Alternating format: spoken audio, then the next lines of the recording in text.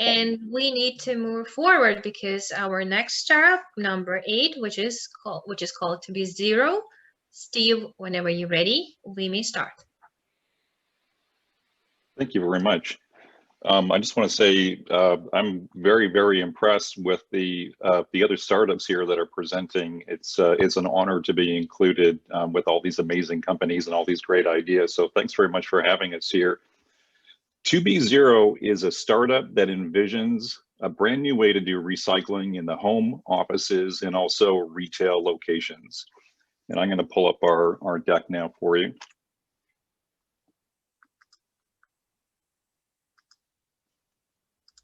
And I'm assuming everyone can see that okay? Okay. So recycling is a very dynamic industry. It's absolutely huge. Municipalities are doing it all over the world. There's an understanding that we need to recycle better. We believe that recycling starts best in the home, office, and also in retail environments. With COVID happening, obviously, we're switching more towards the home environment right now.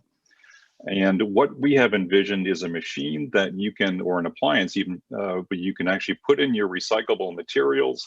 The materials are automatically recognized by our system using AI recognition and auto sensing technologies. The materials are then automatically processed. And in the case of an aluminum can, for example, it gets ground up to make the volume smaller and to actually increase the value of that recyclable material as well. The same thing would happen with steel cans like soup cans, plastic containers, paper products, and also we're looking at a solution for composting as well.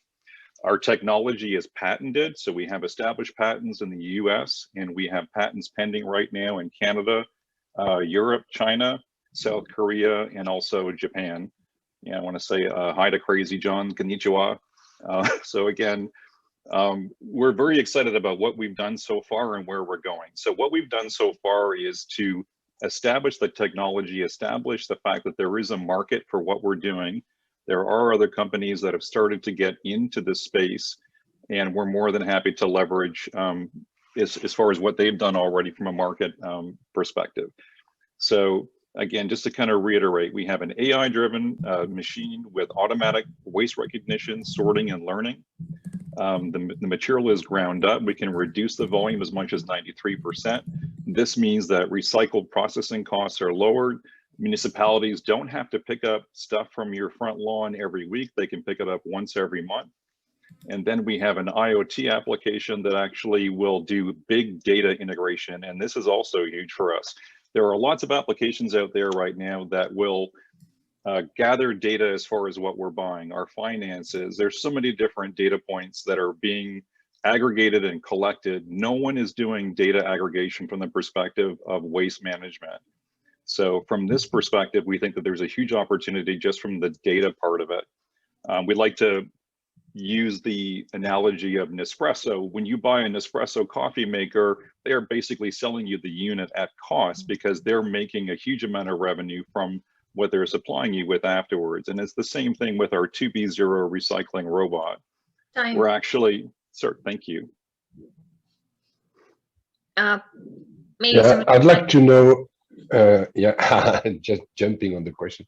Yes, I'd like please. to know what actually your machine does to the material, to the trash. Is it only a grinder, or do you have other kind of treatment in the machine?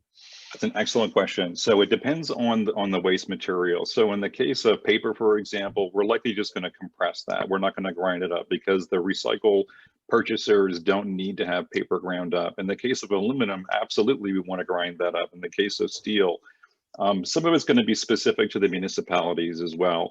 And we're looking to partner with various municipalities. We have a business model that we think can be highly profitable without those partnerships. Just getting the stuff into the homes and offices alone has a huge amount of revenue potential. We think it's very, very scalable. If we can cross that magic threshold and partner with municipalities to the point where they're giving consumers a bit of a tax credit because the municipalities themselves are saving money by not having to pick up waste so often, then we think that this business model can just go through the roof.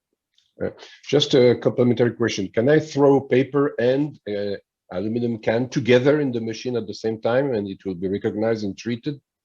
Yeah, that's another great question. So, and from the perspective of the user of the system, we're going to have to educate them a little bit. So if you put in both at the same time, we don't expect the machine would be able to say, oh, I've got 2 things coming in simultaneously or 4 things coming in simultaneously. So we would direct them to put things in one by one. The experience itself, we've actually gamified to make it really addictive. So they can actually watch the material on the screen being ground up, and they can share those videos on social media as well. Can you talk to us about the cost of the unit, the retail, the wholesale and retail costs?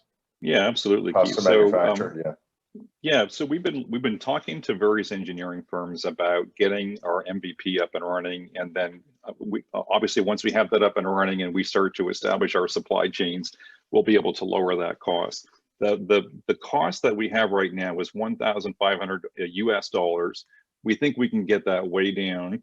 And we're looking at, I can see you shaking your head because I know.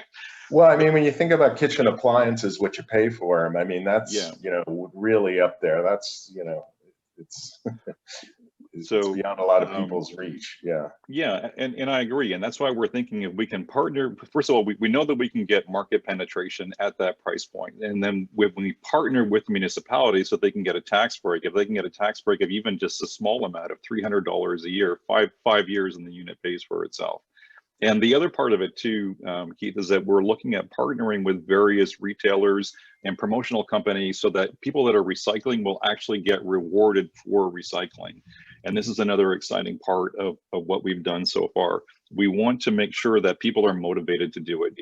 They're not going to just go out and say, I'm going to buy a machine for the sake of buying a machine. I'm not going to put extra effort into it for the sake of extra effort. People are very selfish by nature. So we gamify the experience, we reward people for recycling, and then again, more importantly, establish some of these partnerships, either at the corporate level or also at the municipal level as well. Thank you, Maria. Thank you so much, Steve. My pleasure. We are moving forward